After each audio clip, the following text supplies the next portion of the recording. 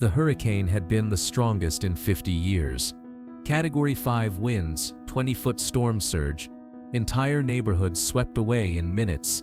But when Ellen asked Maria Santos how she survived Hurricane Isabella, her answer brought the studio to stunned silence. "I left someone behind."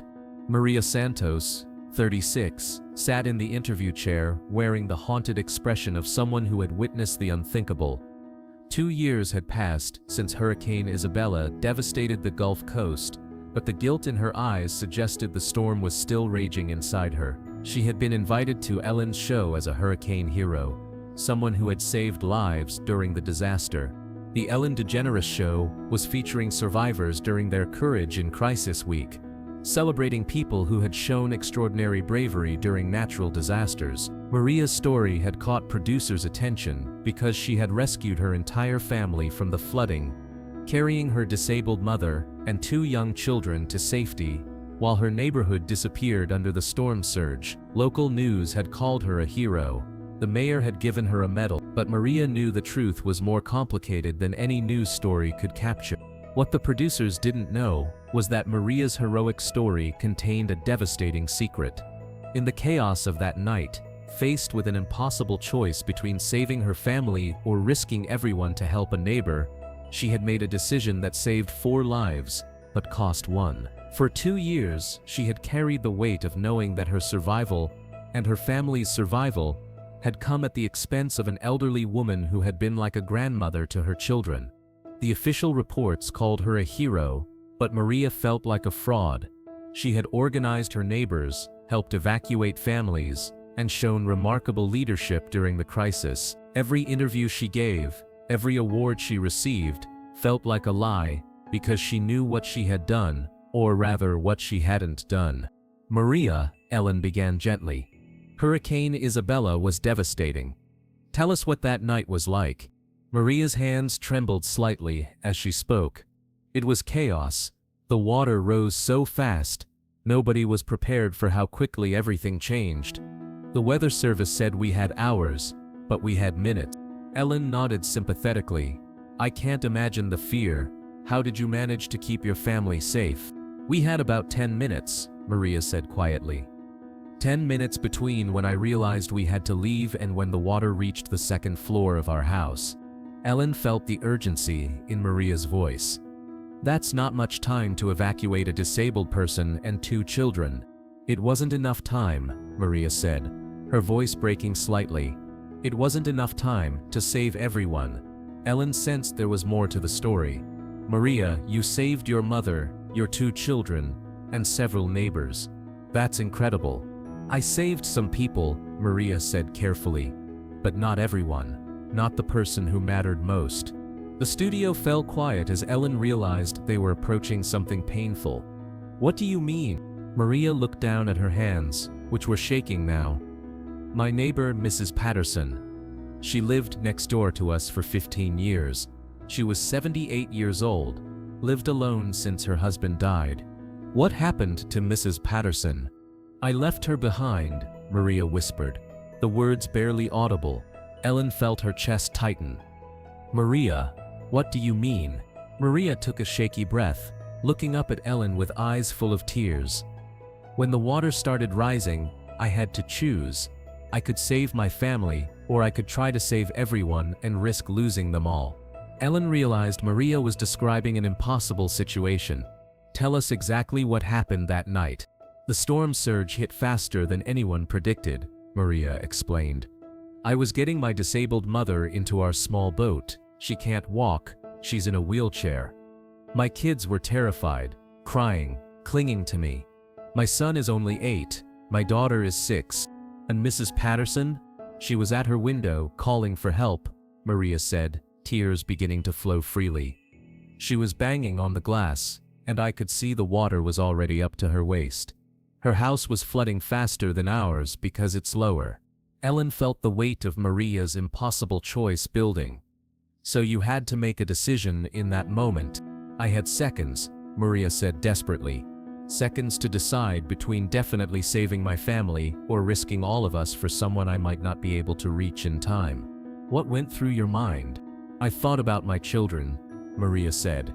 I thought about my mother who couldn't swim. I thought about Mrs. Patterson who had been like a grandmother to my kids.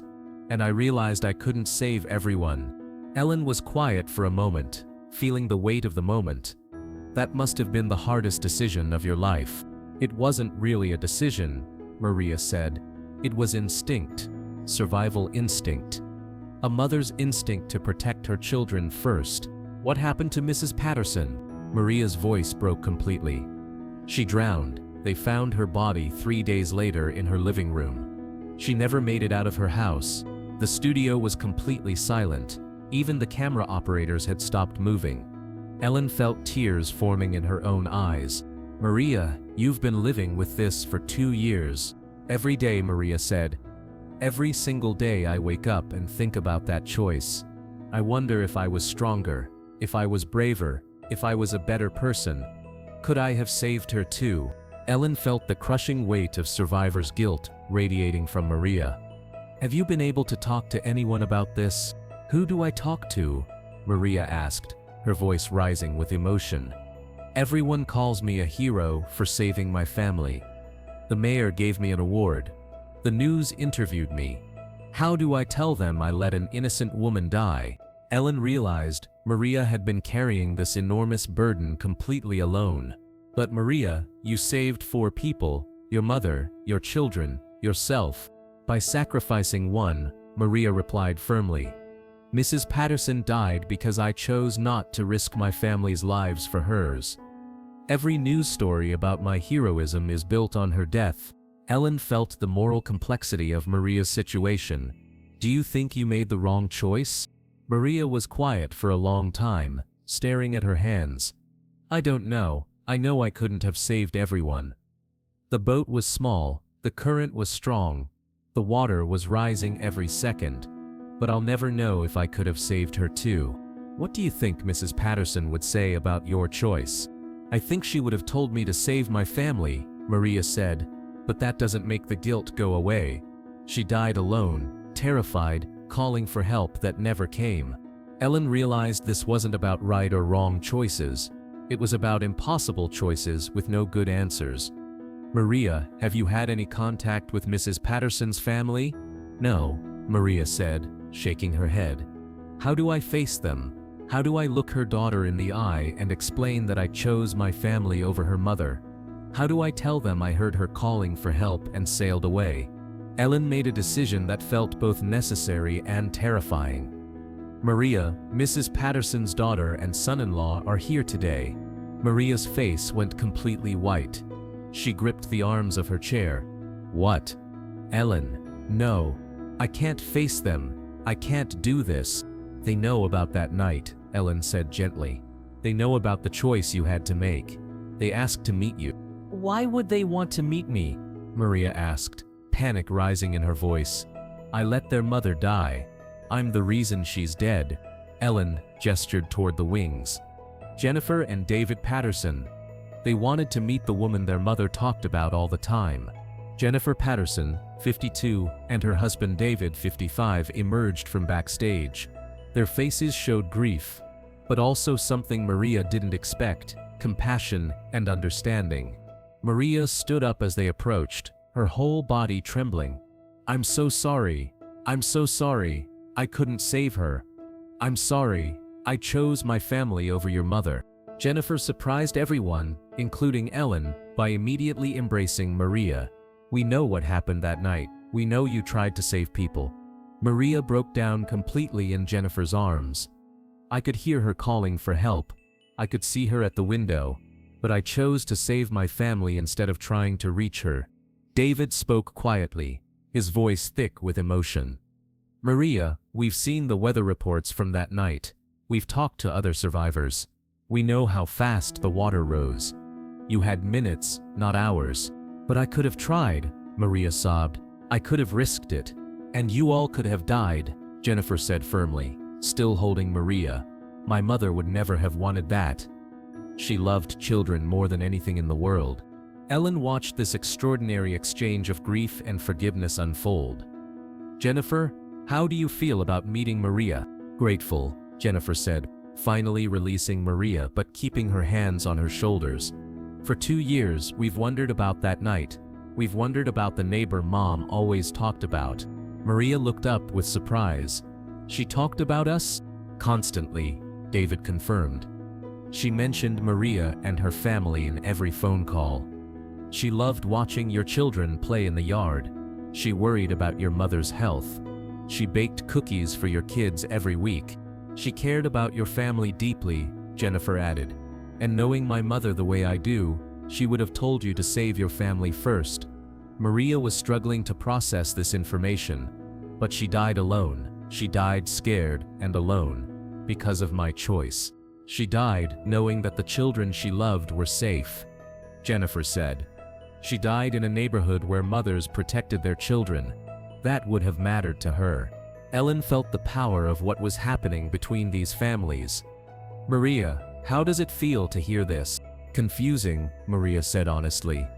I've spent 2 years hating myself for that night. I've replayed it 1,000 times, wondering if I could have done something different. Jennifer took Maria's hands.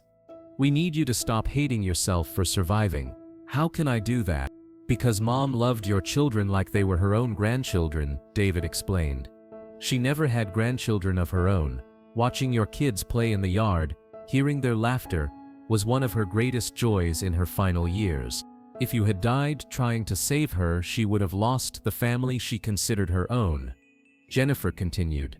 Your children growing up, your mother getting the care she needs, your family staying together, that's been Mom's legacy. Maria was crying again, but these tears seemed different, less desperate, more healing. I miss her so much. I miss seeing her at her window every morning, waving at the kids when they left for school. Tell us about her, Ellen encouraged. What was Mrs. Patterson like as a neighbor? She was wonderful, Maria said, her voice growing stronger as she talked about positive memories. She baked the most amazing chocolate chip cookies for my kids every Friday. She helped me with my mother when I had to work late. She knew everyone's birthdays, everyone's problems. Jennifer smiled through her tears. That sounds exactly like Mom. She never met a child she didn't want to spoil, or a neighbor she didn't want to help. She taught my daughter how to plant flowers, Maria continued. She helped my son with his homework when I was overwhelmed, caring for my mother. She was like family to us. She always said family comes first, David added. She believed that parents have a sacred duty to protect their children above all else. She would have made the same choice you did. Ellen realized this meeting was healing both families in ways she hadn't expected. Maria, what would you want Mrs. Patterson to know if she could hear you now? That I'm sorry I couldn't save her, Maria said, but that I think about her every day. That her kindness made our lives better. That my children still talk about her cookies and her stories. And Jennifer, what would you want Maria to know? That she has nothing to apologize for, Jennifer said firmly. That impossible choices don't have right answers. That Mom would be proud of the mother she was that night, protecting her family. That survival isn't something to feel guilty about, David added. That Mom's love for your family didn't end with the hurricane. Ellen felt moved by the grace both families were showing each other. Where do you go from here? Together, Jennifer said without hesitation. We'd like to stay in touch. We'd like to know Maria's children better. The kids Mom loved so much. Maria looked shocked. You want to be part of our lives? You were part of Mom's life, David explained. She talked about you like you were her daughter. In her mind, your family was her family too. Ellen made an announcement that felt right for this moment. Maria, Jennifer, the Ellen Show would like to help create something special in Mrs. Patterson's memory. Both women looked surprised. What do you mean? Jennifer asked. A memorial garden in your neighborhood, Ellen said.